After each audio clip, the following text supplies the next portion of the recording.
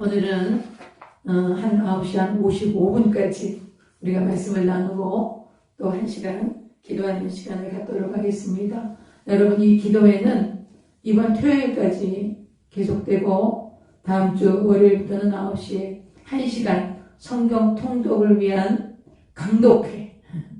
강독회라는 건 뭐냐? 성경을 읽어주고 설명해 주는 거예요.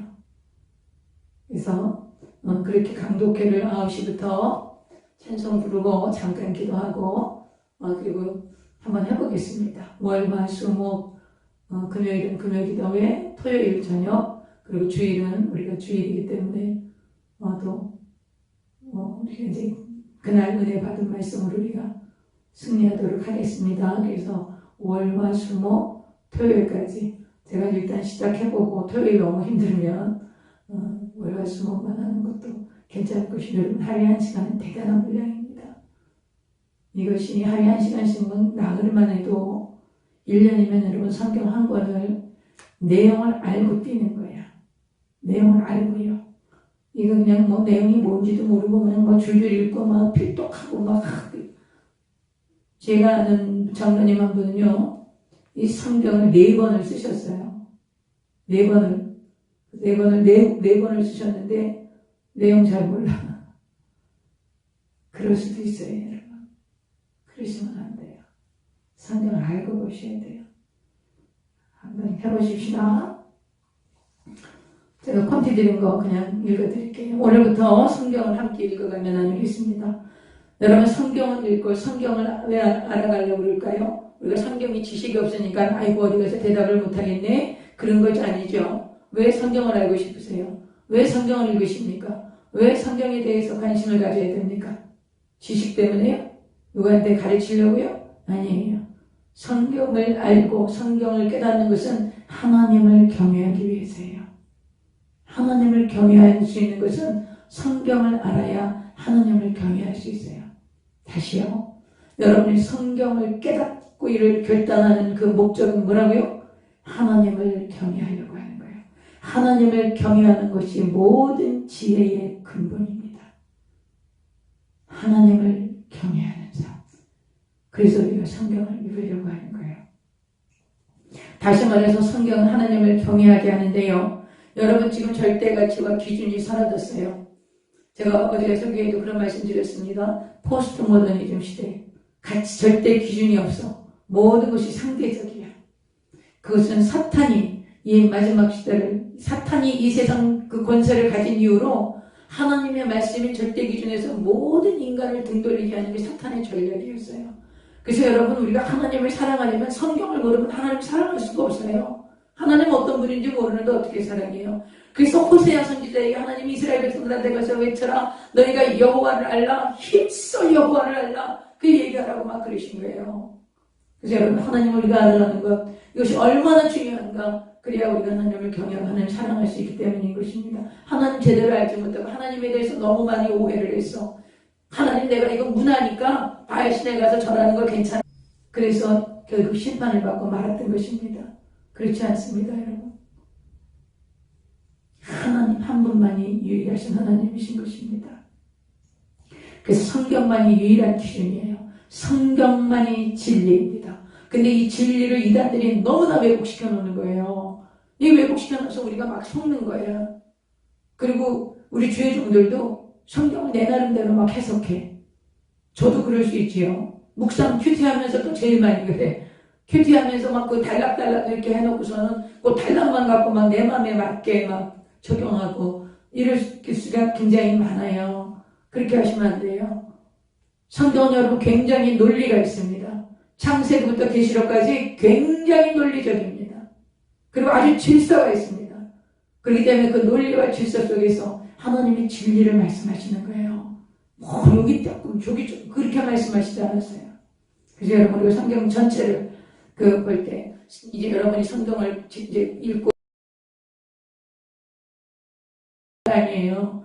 그래서 여러분 도와드리고 성경 통독하는 걸 도와드리려고만 하는 거니까 여러분이 성경 말씀들을 잘 깨닫도록. 그래서 성경이 절대 기준이라는 거, 성경이 그렇다면 그런 것이고 성경이 아니면 아닌 거예요. 여러분, 이 시대에 기준이 없어서 제가 이 성경을 가르쳐야 되겠다고 결심을 한 것입니다.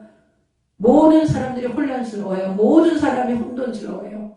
그리스도인이, 거듭났다고 하는 그리스도인이, 장로, 권사, 목사들이 하나님의 말씀과는 전혀 반대되는 그런 일들을 서슴없이 저지르면서 이것이 그 기독교인의 그런 모습이라고 주장하면 안 되죠.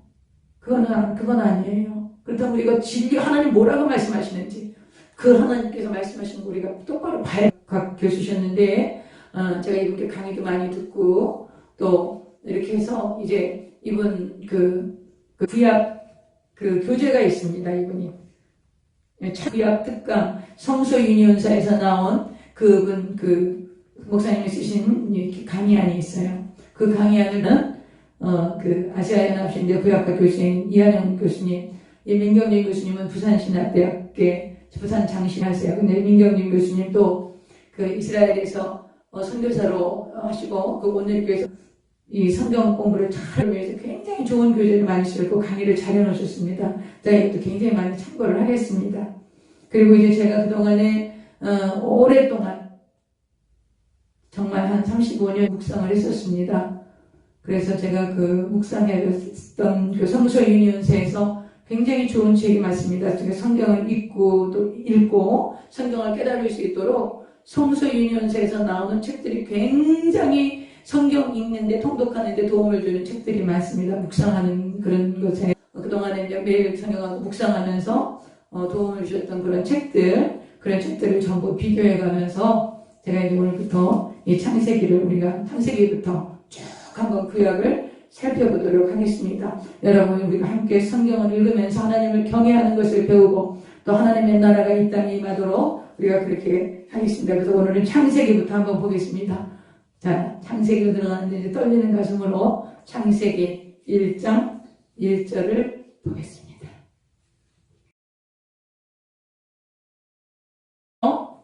이제 모세오경이라 이래서 모세가 썼다고 이제 그 대부분 학자들은 그렇게 이제 말씀을 하시지만 또 실제적으로는 이게 정확하게 그러나 우리가 이것을 모세가 썼다고 우리가 믿고 또 모세가 아마 시내산에서 불순종하고 광야를 40년 동안 돌지요. 그 40년 동안 광야를 도는 동안에 하나님께서 모세에게 영감을 주셔서 이 창세기, 출애굽기, 레위기, 민수기, 신명기까지를 쓰게 하신 것 같아요. 그러니까 모세의 입장에서는 지금 창세기에 일어났던 모든 역사가 완료된 것을 모세는 알고 있는 거예요. 창세기에 하나님께서 아브라함에게 약속하신 이런 이야기들을 모세 시대엔 이미 다 이루어졌기 때문에 모세는 하나님께서 정말 그 언약하신 대로 이루셨구나. 이것을 모세는 알고 쓴 거죠. 창세기, 출애굽 이후에 그 시내산을 광야를 돌면서 그때 어느 한 시점에 모세가 이 모세오경을 썼다면 말이죠. 창세기에 일어난 모든 일은 이미 모세 입장에서 완료된 것인 거예요. 근데 이제 그럼 창세기는 그 모세가 이제 기록을 하셨고, 그리고 그 이제 중간중간 보면 모세가 기록했는데 어떻게 자기 그 신명기 나중에 보면 모세가 돌아가신 그런 이야기 나온 거 보면 어떻게 모세가 돌아가신 다음에 자기 기록을 쓸 수가 있겠어요. 그래서 이건 누가 나중에 모세가 원래 기록은 했지만 나중에 누가 편집했을 것이다. 그래서 그 편집한 사람이 나중에 아주 그 포로돼서 돌아왔던 에스라시죠. 성경의 에스라가 아주 율법 박사로서 아주 훌륭하신 분이었어요. 그러니까 그 에스라가 이 모세오경을 다시 편집했을 것이다. 그래서 그 모세의 뒤에 돌아가신 이후에 그 이야기를 뒤에다 기록했을 것이다. 그런 말씀도 하세요. 자, 이제 이런 거 대강 이제 그 정도만 아셔도 될 것 같습니다. 그러면 이제 창세기 책은 어떻게 나뉘어져 있냐? 1장부터 11장까지는 원역사라고 그래요. 뭐라고요? 원역사. 12장부터 50장까지는 무슨 역사예요? 족장사예요. 족장이들의 역사다. 그 당시에는 부족국가 시대였던 거예요. 지금 같은 일은 나라가 아니죠. 국가체제가 아니죠. 부족을 이루어서 살던 부족 국가이기 때문에 족장사. 연도가 그 기간이 약 2000년이에요. 어마어마하죠. 1장부터 11장까지 몇 천 년이 흘러갔어요? 2000년이 흘러간 거예요. 근데 2000년의 역사를 11장에 딱 기록해놨어. 11장 딱 걸어놨어. 그리고 그러면 12장부터 50장까지 그거는 몇 년일까요? 360년. 360년인데 창세기 몇 장을 하려 했어요? 39장을 하려 했어요. 사랑하는 여러분, 성경은 창조 이야기를 중심으로 하는 책이 아니에요. 창조 이야기와 인간의 타락과 그리고 하나님의 그 인류가 어떻게 하나님을 반역하며 하나님과의 관계의 불순종으로 말미암아 심판을 받고 그리고 하나님은 어떻게 역사를 하셨는가를 보여주는 1장부터 11장까지 그 2000년의 짧은 역사, 그것을 하나님이 말씀하시는 게 아니에요. 그 창조의 그런 것들을 얘기해요. 1장부터 11장까지는 하나님의 구속사역이 어떻게 이루어지는가를 보여주는 기본이 되는 거예요. 1장부터 11장을 모르고 12장 그냥 아브라함부터 막 들어가면 이거는 하나님의 의도를 전혀 깨달을 수가 없는 거예요. 1장부터 11장까지는 약 2000년의 역사지만 11장이 딱 요약을 해놨어. 이것을 여러분이 정리를 하셔야 돼요. 그리고 15장, 12장부터 50장까지 39장이에요. 39장은 360년 동안에 일어난 일인데 39장은 해내놓은 거예요. 이것은 무엇을 상징한다고요? 하나님이 인류를 구속하기 위해서 예수 그리스도를 보내는 그 구속사역이 훨씬 더 중요하고 그것이 성경의 중심이라는 걸 보여주시는 거예요. 할렐루야. 하나님은 창조를, 그리고 창조를 여러분 우리에게 설득하시지 않아요. 이게 창조가 맞냐 진화가 맞냐 그걸 설득하시지 않는다고. 하나님은 창조에 대해서 이것을 너희가 이해하기 바란다. 이걸 신화로 받아들여지냐? 좀 믿어주기 바란다. 그러시지 않아요. 창조하셨다고 단호하게 선포하시는 거예요. 하나님의 창조주라고 단호하게 선포하시는 거예요. 그래서 여러분이 성경 전체는 하나님께서 인류를 구원하시고자 하시는 거룩한 구속사역이 주제예요. 그래서 그 구속사역은 하나님의 나라가 이 땅에 이루어지고 하나님의 백성들이 모두 다 구원받고 돌아오는 것이 이 성경 전체의 주제인 거예요. 그래서 여러분 성경 1, 2장은 낙원에 대한 이야기예요. 하나님이 우주와 만물을 창조하시고 인류를 에덴 동산 낙원에 주셨어요. 그래서 1장, 2장이 낙원에 대한 이야기예요. 근데 3장부터 무슨 일이 벌어지냐? 범죄하고 타락하고 쫓겨나요. 낙원을 잃어버린 거야. 어디까지? 계시록 20장까지. 계시록 19장까지. 계시록 19장까지 우리는 신낙원, 낙원을 잃어버린 이야기가 성경에 기록되어 있는 거예요. 그리고 마지막 계시록 21장, 22장이 다시 낙원을 회복하는 새하늘과 새 땅으로 새로운 하나님의 나라에 하나님의 백성들이 들어가는 그 신랑 복낙원이 전개되는 거예요. 그러니까 앞에 2장, 끝에 2장. 앞에 2장은 낙원 이야기. 그 전체가 신낙원, 낙원을 잃어버린 거예요. 가시왕과 기사나는 세대. 그리고 마지막 2장이 다시 낙원을 회복시켜 주신 그 복낙원의 이야기. 이것이 성경인 것입니다. 그래서 오늘 성경을 한번 이제 보면서 읽으면서 우리 이제 강독회를 하겠습니다. 하나님의 거룩하신 말씀을 우리 경건한 마음으로 대하겠습니다. 1장 1절 봅니다. 태초에 하나님이 천지를 창조하시니라. 여러분 이 태초라는 것은 시간의 개념이 시작이 없는 개념인 거예요. 그러니까 아주 최초의 시작. 그 시작이라는 개념이 우리가 생각하는 그런 어떤 시간의 개념이 시간의 시작이 아니었다는 거예요. 그래서 그 태초에 in the beginning 하는 그 시점에 있었어.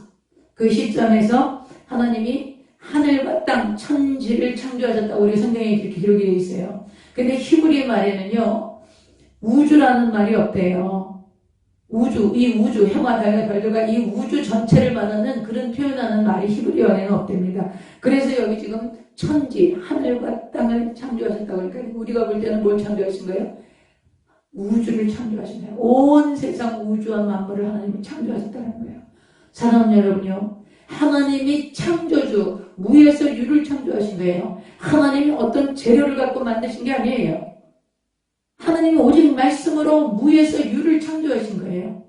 하나님께서 1장 1절 천지를 태초에 어떤 시점에 하나님이 태초에 천지를 창조하셨다는 것이 여러분과 제가 믿어진다면 이제부터 여러분은 이 성경 전체를 열린 성경으로 볼 수 있는 거예요. 근데 이건 신화죠. 뭐. 창조? 천지 창조? 이거는 신화예요. 이렇게 받아들이면 이 성경은 안 읽어져요. 이거는 영원히 덮인 책이 되는 거예요. 그러나 이 1장 1절이 믿어지면 태초에 하나님이 천지는 하늘과 땅인데 히브리 말에는 천지는 하늘과 땅 이것만 만든 게 아니야. 우주라는 단어가 없기 때문에 그 우주라는 말을 표현하기 위한 것이 바로 하늘과 땅 천지라고 이야기를 하신 거예요. 여러분 하나님이 이런 천지 창조에 대해서 아이고 이건 뭐 신화지 뭐 그러니까 막 그걸 막 이해시키려고 막 설득하려고 하나님이 이렇게 천지를 창조하셨어. 진화론은 뭐 어떻게 돼서 잘못된 거야. 그리고 진화론의 그런 과정 진화의 과정에 그 화석이 있어야 되는데 그런 화석이 없기 때문에 진화론은 그냥 일종의 학설일 뿐이야. 막 이러면서 우리가 막 수많은 증거들이 있어요. 여러분 수많은 증거들이 있습니다. 진화론의 가설이라는 것이. 그냥 하나님이 없으니까 이게 존재가 어디서부터 나왔냐 이렇게 하려니까는 어떤 설을 만들어야 돼. 그 가설을 만들어진 거예요. 그러니까 그것을 반박할 수 있는 수많은 과학적인 증거가 과학이 발달되면 발달될수록 하나님의 증거가 되는 거예요. 증명이 되고 있는 거예요. 그러나 하나님께서는요 우리가 많이 의심을 갖고 또 우리 젊은 우리 자녀들이 얼마나 합리적이고 이렇게 논리적인 그런 교육을 받았기 때문에 이게 안 맞으면 너무 받아들이기 힘든 거지요. 그리고 교과서에서 진화론을 배운단 말이에요. 여러분 우리가 교과서가 왜 중요합니까? 교과서를 진리로 받아들이기 때문에 중요한 거예요. 교과서를 진리로 받아들인다니까. 그래서 우리가 교과서가 중요하지요. 그런데요 이 교과서에서 진화론을 가르치니까 진화론이 진리인 줄을 알고선 아이들이 유치원, 초등학교 다닐 때만 해도 신앙생활 잘하고 하나님이 뭐 하늘을 만드셨어요, 새를 만드셨어요, 꽃을 만드셨어요 이랬다가 중고등학교 가서 진화론 배우고 애들이 막 돌아서는 거예요. 그러기 전에 성경 가르치세요. 그러기 전에 성경을 가르쳐야 돼요. 철저히 하나님이 창조하셨다는 거. 그리고 그 아이들한테 증거를 대줘. 홍수가 났기 때문에 미국에 있는 그 골짜기 갑자기 생각이 안 나네. 그 골짜기가 홍수리라에서 다 일어났다. 여러분 김명현 교수님이라고 카리스트 그 교수님이 아주 이런 것들을 아주 과학적으로, 논리적으로, 합리적으로 여러분을 충분히 설득할 수 있을 만큼 아주 잘 강의해 주셨습니다. 제가 그분 추천합니다. 김명현 교수님, 카리스트 교수님, 그분 강의를 유튜브 방송이나 인터넷 방송을 들어서 한번 보세요. 여러분이 궁금해하는 공룡이 뭐 수억 전 전에 있었다. 그게 다 거짓말이야. 홍수 이전에 공룡이 있었다는 거예요. 홍수 때 같이 많은 거예요. 그래서 그런 이야기들, 그리고 이제 뭐 여러 가지 여러분들이 궁금해하는 이야기들을 그분이 아주 과학적으로 설득력 있게 합리적으로 이렇구나 그렇게 반응할 수밖에 긍정적으로 예스로 반응할 수밖에 없도록 잘 강의해 놓으신 게 있어요. 그분 강의를 꼭 찾아보시고요. 저는요 우리는 그런 강의 없어도 이거 믿어지잖아. 그렇죠? 그러니까 여러분이 하나님이 우리를 설득하지 않으셔도 하나님 이거 믿어진다는 건 굉장한 축복인 거예요. 여러분과 제가 너무 복을 많이 받는 거예요. 이거 아주 철석같이 믿어지잖아요. 하나님 대체 천지를 창조하셨더라니까. 근데 천지를 창조하신 다음에 창조하셨는데 어떻게 됐냐? 땅이 혼돈하고 공허하며 흑암이 깊음이 있었어요. 그리고 하나님의 영은 수면 위에 운행하셨죠. 무슨 일이 있었는지 모르겠어요. 하나님이 천지를 창조하신 이후에 무슨 일이 있었기에 땅이 혼돈하고 공허하며 흑암이 깊음이 있고 하나님의 신은 수면에 운행하셨더라. 수면에 운행하셨다는 것은 하보랭이라고 그래가지고요. 날개를 쫙 펴고 물 위를 쫙 나르면서 이렇게 덮는 거예요. 성령께서, 하나님의 영이. 땅이 혼돈하고 공허했어. 그러니까 여러분 지금 창세기 1장 1절과 1장 2절 사이에 무슨 일이 있었는지 우리는 몰라요. 그러나 성경은 하나님이 태초에 천지를 창조하신 것과 그 이후에 땅이 혼돈하고 공허하며 흑암이 깊음이 있고 하나님의 신이 수면에 운행하시고 있다고 기록하고 있는 거예요. 그 땅이 혼돈하고 공허하고 흑암이 깊음이 있는데 하나님이 수면 운행하시면서 하나님이 말씀하시기를 빛이 있으라 말씀하셨어요. 제가 말씀드렸죠? 하나님 말씀하시고 우리는 들어요. 기독교는 듣는 종교예요. 하나님 말씀하세요. 하나님 빛이 있으라 말씀하시니까 빛이 있었어요. 하나님이 보시기에 참 좋으셨어요. 하나님은 하나님이 행하신 창조에 이루어 주신 것들을 보시고 하나님 굉장히 좋으셨어요. 그리고 하나님이 빛과 어둠을 나누셨지요. 제가 지금 5절 읽는 거예요. 하나님이 빛을 낮이라 부르시고 어둠을 밤이라 부르시니라. 저녁이 되고 아침이 되니 이는 첫째 날이니라. 여러분 이 첫째 날을 태초를 보시면 안 되겠지요? 태초에 지금 태초를 보시면 안 되는 거예요. 이 첫째 날. 그러면 지금 우리가 1년 365일로 보는 그 첫째 날일 수가 있을까요? 그것도 아니야. 아직 해와 달과 별들이 안 만들어졌기 때문에. 그렇죠? 해와 달과 별들이 지금 24시간 365일은 뭐를 중심으로 하는 거예요? 해와 달을 해를 중심으로 하는 거예요. 인력을 따라서 하는 거기 때문에. 여러분 궁금증도 생기죠? 김명현 교수님 강의를 들어보세요. 자, 6절. 하나님이 이르시되 이제 빛이 있어서 빛과 어둠을 나누고 어둠을 밤이라 칭하시고 그리고 빛을 낮이라고 칭하셨어요.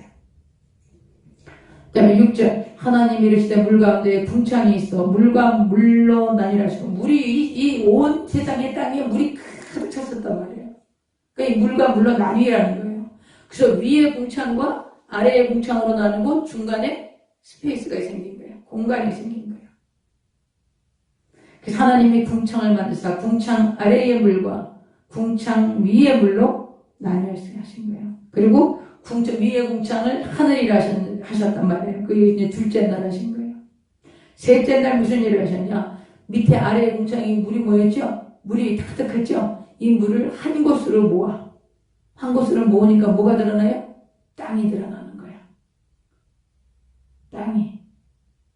땅이 드러나는데 하나님께서 그 땅에 무엇을 만드냐? 풀과 씨 맺는 채소와 각기 종류대로 씨가 진 열매 맺는 나무를 내려 하시니 그대로 됐다고 말씀하세요. 그리고 하나님이 보시기에 좋았더라. 그럼 여러분 이제 머릿속으로 상상을 하세요. 첫째 날 하나님이 빛이 있으라 말씀하셨더니 혼돈하고 공함이 흑암이 깊음 위에 있는데 빛이 임했어요. 그리고 하나님이 물 가운데 궁창이 있어서 물과 물로 위에 물과 아래의 물로 나뉘어지라. 그러니까 물이 나뉘어지고 하늘이 드러났어요. 아래의 물을 한쪽으로 쫙 모으니까 땅이 드러났어요. 땅이 드러났는데 거기다 하나님이 열매 맺는 나무와 씨 맺는 채소와 이 모든 식물들을 다 날리시는 하나님 너무나 좋으셨어요. 자 이제 뭐가 남았을까요? 보세요. 하나님 채우시는 하나님. 이제 하늘에 이 공중에 뭐가 남았어요?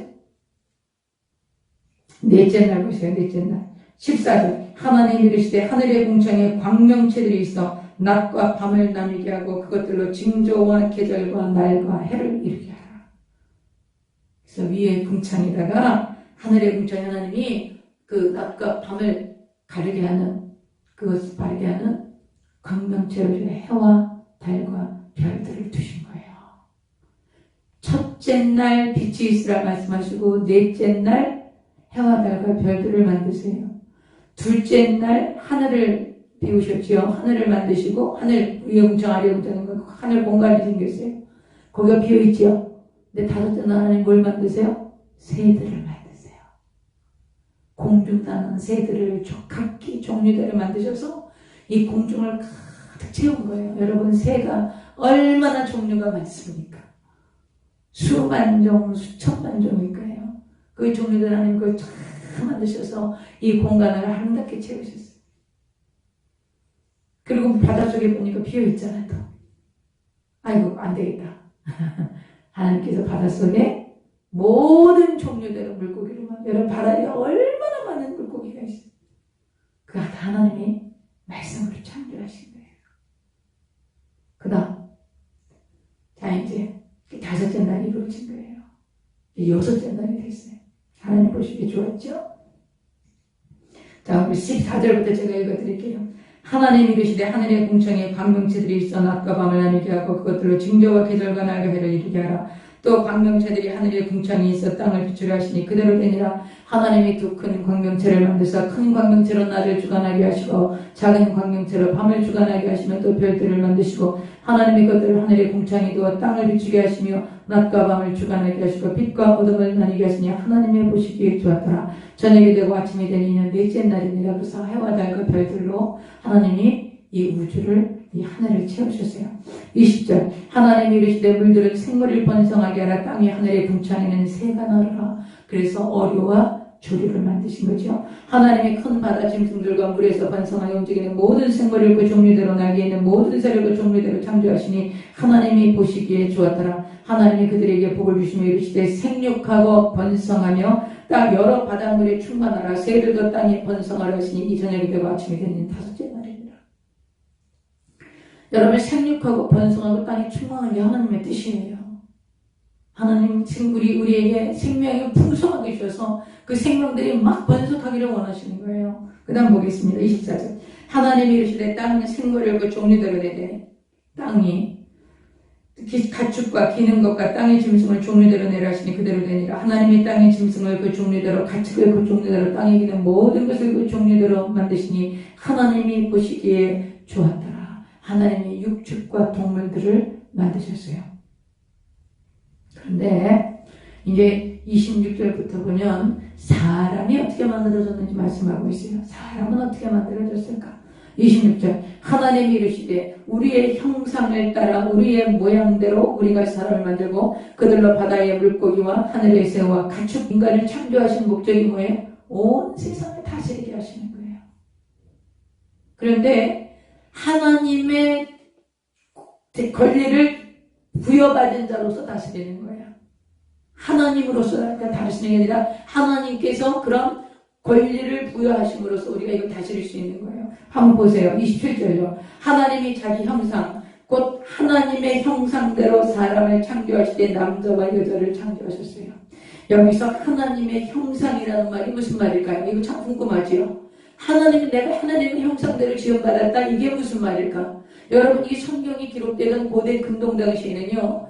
하나님의 형상이라는 이 말이 왕의 형상을 얘기하는 거야. 왕을 얘기하는 거예요. 왕을 비춘하는 거예요. 이 하나님의 형상이라는 말이 왕이다 이런 얘기를 하는 거예요. 그럼 저와 여러분이 하나님의 형상으로 지음받았다는 것은 어떻게 만드는 거예요? 인간은 어떤 존재로 만든 거예요? 왕 같은 존재로 만든 거예요. 하나님의 형상이라는 것은 왕을 얘기하는 거예요. 왕을. 그럼 우리가 하나님의 형상대로 지음받았다. 우리는 왕 같은 존재로 지음받은 거예요. 그래서 베드로가 나중에 그런 얘기를 하는 거예요. 왕 같은 제사장이라는 얘기를 하는 거예요. 우리가 왕 같은 존재로 하나님의 모양은 왕을 얘기하는 거예요. 근데 우리가 하나님의 모양대로 지음받았다. 우리가 왕이라는 거예요. 왕으로 지음받았다라는 거예요. 여러분 왜 성경을 알아야 되냐? 하나님이 어떤 분인지를 알아가고 인간이 어떤 존재인지를 알아가야 돼요. 인간이 어떻게 창조되었으며 어떤 존재로 창조되었으며 왜 타락했으며 어떻게 타락해서 어떻게 되었으며 그러면 영원히 타락한 그대로 하나님께 버림받을 수밖에 없는가? 구원을 받아야 수 있는 길은 무엇인가? 이것을 가장 구체적으로 우리가 깨달을 수 있는 것이 성경이기 때문에 여러분 듣기만 하는 것이 아니라 여러분의 성경을 보면서 스스로 깨닫는 것이 얼마나 중요한지 몰라요.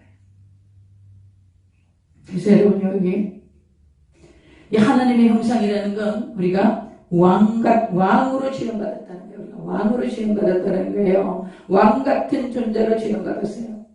그대 군주가 다란날 정복하면 그 자기 혼자 다 다스릴 수 없어. 그러니까 자기 정복지에다가 자기의 동상을 세워요. 자기 형상을 세워요. 지금 북한의 김일성, 김정일이 온 데다 다 형상을 세워놨지요. 그 형상, 그 동상을 관리하는데 그 관리비만 갖고 그 2,500만 동포를 다 먹일 수가 있답니다. 그 관리비만 가지고도. 그 동상을 세워놓고 거기 가서 전부 다 절하지요. 왜 그래요? 그걸 김일성이라고 생각하는 거예요. 김정일이라고 생각하는 거예요. 바로 그 말씀을 하시는 거예요. 하나님의 형상이라는 건 그 동상들을 쭉 만들어 놓고 그 동상들이 자기네들을 통치한다고 생각하는 거예요. 그럼 여러분 봐요. 우리가 하나님의 형상이야. 우리가 하나님의 동상이라고. 우리가 하나님의 형상대로 지음받아서 우리가 하나님이 받으시는 그런 하나님이 그 주시는 그런 통치권을 우리가 대신할 수 있는 존재들이라고요. 그래서 우리가 다스릴 권세가 있는 거예요.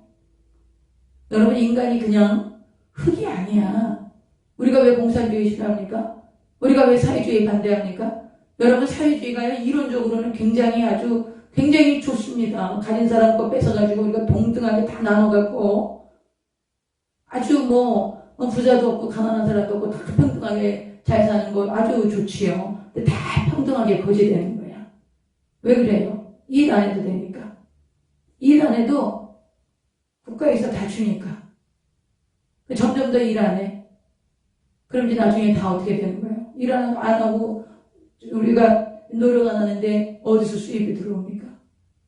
다 같이 거지되는 거. 그게 사회주의예요. 성경은 그런 거 말씀하고 있지 않아요.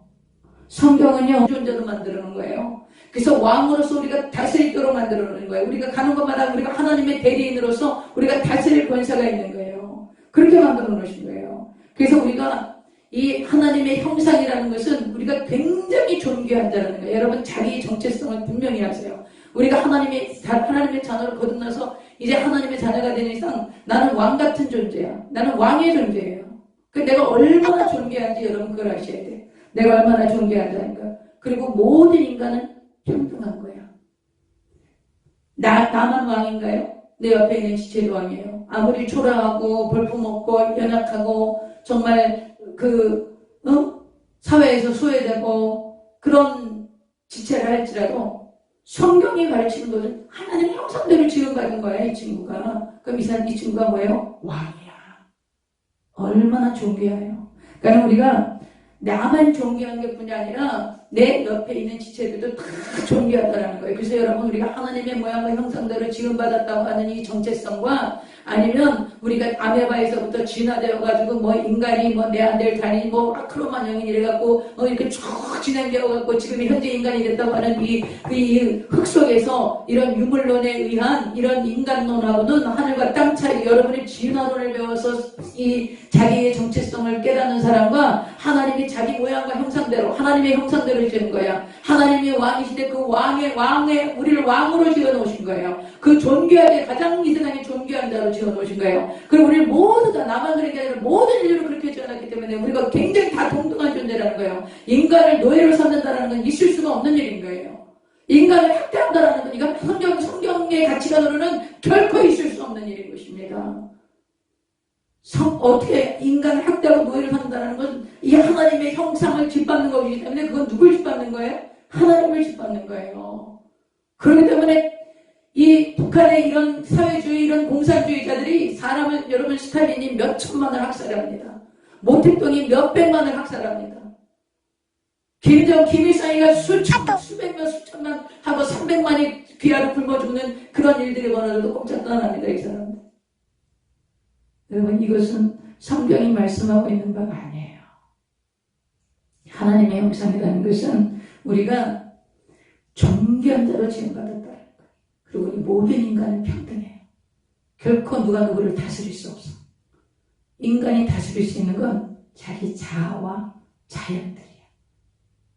사람이 사람을 다스릴 수 없어요. 사람은 존귀해요. 왜요? 하나님의 형상이기 때문에 그래요. 하나님의 형상이기 때문에. 여러분, 김일성, 김정일 동상 앞에 가서 절하면서 감히 하나님의 형상을 무시하고 소외시키고 우습게 하고 멸시하고 짓밟고 학대하고, 이거는 하나님을 그렇게 하는 거예요. 하나님의 형상이라는 것이 얼마나. 그리고 또 하나, 왕은 다스리는 자가 통치권이 누굴 다스려요? 자기 자신을 다스리는 거예요. 나를 다스려요. 자연을 다스려요. 하나님이 자연을 다스릴 권세를 주세요. 생육하고 번성하고 땅에 충만하고, 여러분, 모든 하늘과 새와 땅에 움직이는 모든 생물을 다스리라고 하세요. 자연 만물을 다스리라고 그러신 거예요. 사람이 사람을 다스리라고 그러신 게 아니에요. 자연 만물을 다스리라고. 근데 지금 자연 만물을 어떻게 다스려놨어? 엉망진창으로 다녀서 자연이 지금 다 망가졌죠? 이게 왜 그래요? 타락한 이유 때문에 그런 거예요. 그 다음에 이 하나님의 형상이기 때문에 우리가 하나님과의 교제가 이루어지는 거예요. 하나님의 교제가 어떻게 이루어져요? 하나님의 형상이 있기 때문에 우리가 하나님과 영적인 교제를 이루어질 수가 있는 거죠. 우리가 하나님이 할 수 있는 것은 하나님의 형상으로 지음받은 인류만이 하나님과 교제할 수 있어요. 이것이 하나님의 형상의 뜻이에요. 기억하시겠죠? 여러분, 이거 굉장히 중요한 개념인 거예요. 여러분과 내가 인생을 살아가면서 하나님은 누구시고 인간은 누구, 나는 누구인가, 거기에 대한 결정적인 답을 줄 수 있는 게 하나님의 형상이에요. 내가 하나님의 형상대로 지음받았다는 거예요. 하나님이 왕이시기 때문에 우리는 왕으로 지음받은 거예요. 이 왕으로서 나는 다스릴 수 있는 자예요. 근데 그 다스린다고 사람을 다스리면, 왜냐하면 내 옆에 있는 지체도 왕이기 때문에 사람을 다스리는 게 아니라 내 자아와 이 자연을 다스릴 권세를 주시고, 내가 왕으로서 그렇게 존귀하게 하나님이 나를 창조하셨다는 거예요. 그리고 모든 인류는 다 평등해. 여러분, 인간을 학대하는 저 북한 같은 나라, 2,500만 노예를 삼은 그 나라, 그 나라의 그 하나님의 뜻이 어떻게 그것이 이루어질 수가 있겠습니까? 네, 여러분, 주변에서도요, 제가 교회에서 보면 정말 생활이 어렵고 학력도 낮고 또 여러 가지 장애도 있고 이런 분들이 처음에 교회에 막 이렇게 와요. 처음에 오면 아이고 안 됐다 이러면서 막 돕기도 하고 이래요. 근데 이제 얼마 기간이 지나고 나면 그분들이 굉장히 소외감을 갖습니다. 그리고 점점 무관심해져요. 그 사람들이 점점 거리를 두기 시작해요. 오히려 교회 와서 상처를 받고 자기 상처가 확인되어져서 다시 떠나요. 그런 것들 많이 있습니다. 자, 우리가 하나님의 형상, 그래서 우리가 통치권이 있고 영적 교제를 할 수 있는 것이 바로 하나님의 형상이라는 거예요. 그리고요, 28절요. 하나님이 그들에게 복을 주시며 하나님이 그들에게 이르시되 생육하고 번성하여 땅에 충만하라. 땅을 정복하라. 바다의 물고기 하늘에서 같은 중에 모든 생물을 다스리라. 하나님은 자연을 다스리는 권세를 인간에게 주셨어요. 다른 사람을 다스리는 게 아니에요. 사람이 사람을 다스리고 권력을 가지고 사람을 억압하고, 이것은 하나님의 뜻이 아닙니다. 하나님의 형상을 그렇게 한다는 건 하나님께 그렇게 하는 것은 억울한 사람이 없어야 돼요. 억울하게 하면 안 됩니다. 그 다음에 29절. 하나님이 이르시되 내가 또 온 지면에 씨 맺는 모든 채소와 씨 가진 열매 맺는 모든 나무를 너희에게 주노니 너희의 먹을거리가 되리라. 또 딱 여기 보면 하나님이 씨 맺는 모든 채소와 씨 가진 열매 맺는 모든 나무를, 육식을 허락한 것은 노아의 홍수 이후예요. 왜 그래요? 곡식을 심으면 나는 동안 시간이 걸리잖아요. 열매를 맺는 동안. 그동안에 먹을 게 없는 거예요. 그때 하나님께서 너희가 육식을 허락하시는데 피자 먹지 말아라. 이 당시에 육식을 먹지 않았어요. 또 그래서 땅의 모든 짐승, 하늘의 모든 새와 생명이 있어 땅에 기는 모든 것을 기는 내가 모든 푸른 풀을 먹을 거리로 주노라. 사자와 호랑이가 이 당시에 뭐 먹고 살았을까요? 풀 먹었어요. 풀. 사자와 호랑이가 먹고 고양이가 먹고 그래서 그거 돼요? 아니에요. 풀 먹었어요. 젊은 어린아이가 독사굴에 손을 놓고, 이 천년왕국 시대 얘기예요. 이사야서에 나오는 막 사자와 함께 뒹굴고, 이 에덴 동산에서 이랬던 이게 천년왕국 때 다시 회복이 될 거예요. 이런 이 에덴에 생육 강식이 일어나지 않았다는 거지. 하나님 푸른 풀을 심는 주신 이야기가 나옵니다. 31절. 하나님이 지으신 그 모든 것을 보시니 보시기에 심히 좋았더라. 저녁이 되고 아침이 되니 이는 6째 날이니라. 그래서 6째 날까지 하나님이 모든 만물을 다 창조하셨어요. 그래서 천지와 만물이 다 이루어졌습니다. 그리고 이제 창세기 2장에 아주 구체적인 하나님이 인간을 어떻게 하나님의 형상대로 만드셨는데 어떻게 만드셨고 그 하나님이 만든 세상은 어떻게 유지가 되고 있었나, 그리고 부부는 어떻게 이루어지기 시작했나, 그런 이야기들이 이제 2장이 계속 잘 나오게 됩니다. 그래서 내일 2장은 굉장히 중요한 개념이 많아요. 안식일에 대한 개념, 그 다음에 하나님이 하나님의 생기를 불어넣어서 인간의 생명이 되게 하셨다는 인간 창조에 대한 아주 구체적인 내용들, 그리고 이제 에덴 돕는 배필로 결혼을 허락하세요. 여러분, 지금 이 시대가 결혼을 안 해. 사포 그러면서 아이들이 결혼하는데 더 위험한 건 예수님을 믿는 부모님들이 딸들 보고 야 결혼하면 뭐하냐, 여자도 똑똑하고 혼자 살아도 된다. 여러분, 그건 자기 딸을 저주하는 거예요. 하나님이 결혼해서 배필이 되어지고 또 돕는 배필을 만나서 둘이 한 몸을 이뤄, 부모를 떠나서 둘이 한 몸을 이루는 게 하나님 뜻이에요. 그리고 그게 하나님이 축복하시는 거예요. 근데 자기 자녀의 길을 막 막어. 그리고 애기도 낳지 말래. 힘든데 하나하나 그냥 낳고 그냥 말지 무슨 애기를 많이 낳냐고. 여러분, 성경은 그렇게 말하고 있지 않아요. 생육하고 번성하는 게 하나님의 뜻이에요. 여러분, 우리가 성경과 상관없이 신앙생활 하는 거야 지금. 하나님 말씀은 말씀이고 나는 나야. 그러면서 하나님 앞에 나와서 기도하면서 하나님께 구하면 그럼 안 되지 않겠어요? 여러분, 우리 창세기 이거 1, 2, 3, 1장부터 11장까지가 굉장히 중요합니다. 이게 아주 우리 신앙의 기본이야, 기본. 이 기본이 돼 있어야 예수 그리스도의 구속사역이 이루어지는 것을 우리가 전심으로 받아들일 수가 있게 돼요. 너무나 중요한 내용이기 때문에 내일 2장을 보겠습니다. 그래서 오늘은 하나님이 창조하신 것, 모든 것 말씀으로 엄부의 소유를 창조하신 거예요. 그리고 하나님의 형상으로 인간을 지으셨다는 것. 하나님의 형상이라는 것은 곧 왕으로 만들었다는 거예요. 우리는 왕 같은 자들이에요. 나만 그런 게 아니죠. 모든 인류가. 그래서 인간을 아래로 보고 무시하고 학대하고 억압하는 그것은 하나님을 억압하는 거야. 정말 무서운 일인 거예요. 그래서 우리가 이것을 하나님의 형상으로 지음받았다는 이 성경의 진리를 인정하지 않기 때문에 이 세상에 전쟁과 학살이 일어나는 거예요. 유대인은 600만을 죽이는 루터교 신자들이, 기독교인들이. 왜 그랬어요? 이 말씀대로 행하지 않았기 때문에요. 지금도 얼마든지 그럴 수 있지요. 그래서 사랑하는 여러분, 하나님께서 우리에게 원하시는 것은 나는 너희가 진리를 깨닫고 진리로 말미암아 자유케 되어지고 이 진리를 따라 순종하며 나를 따라올 때 내가 너에게 다시 낙원을 회복시켜 주시는, 다시 구원의 은총으로 하나님의 자녀가 되게 하시는 그런 은혜를 우리에게 주시려고 하시는 거예요. 여러분, 성경 잘 보세요. 잘 보시고 하나님 은혜를 받으세요. 하나님 이렇게 말씀하셨구나. 내가 지금까지 이렇게 못 살았구나. 그거 회개하십시다 우리. 그리고 하나님 말씀대로 순종하며 가겠습니다. 저를 도와주십시오. 우리 그렇게 기도하면서 오늘 이 밤에 나라와 민족을 위해서 우한 코로나 바이러스가 사라지기 위해서 이 땅에 하나님의 공의가 서고 하나님의 정의가 서고, 그리고 정말 그 어른들이 많이 걱정하시는 어른들 하나님께서 평안을 주시고 우리 아들 딸들 한번 믿어봅시다. 지들이 원하는 거 원하는 대로 원하는 정부를 세워놨으니까 어떻게 이제 정말 잘 해나가서 정말 우리나라 잘 되게 해주면 너무 고맙지요. 다 잘 되자고 하는 거 아니겠습니까? 너무 고맙지요. 정말 하나님의 나라가 임하시도록 우리가 이 시간에 좀 기도하겠습니다.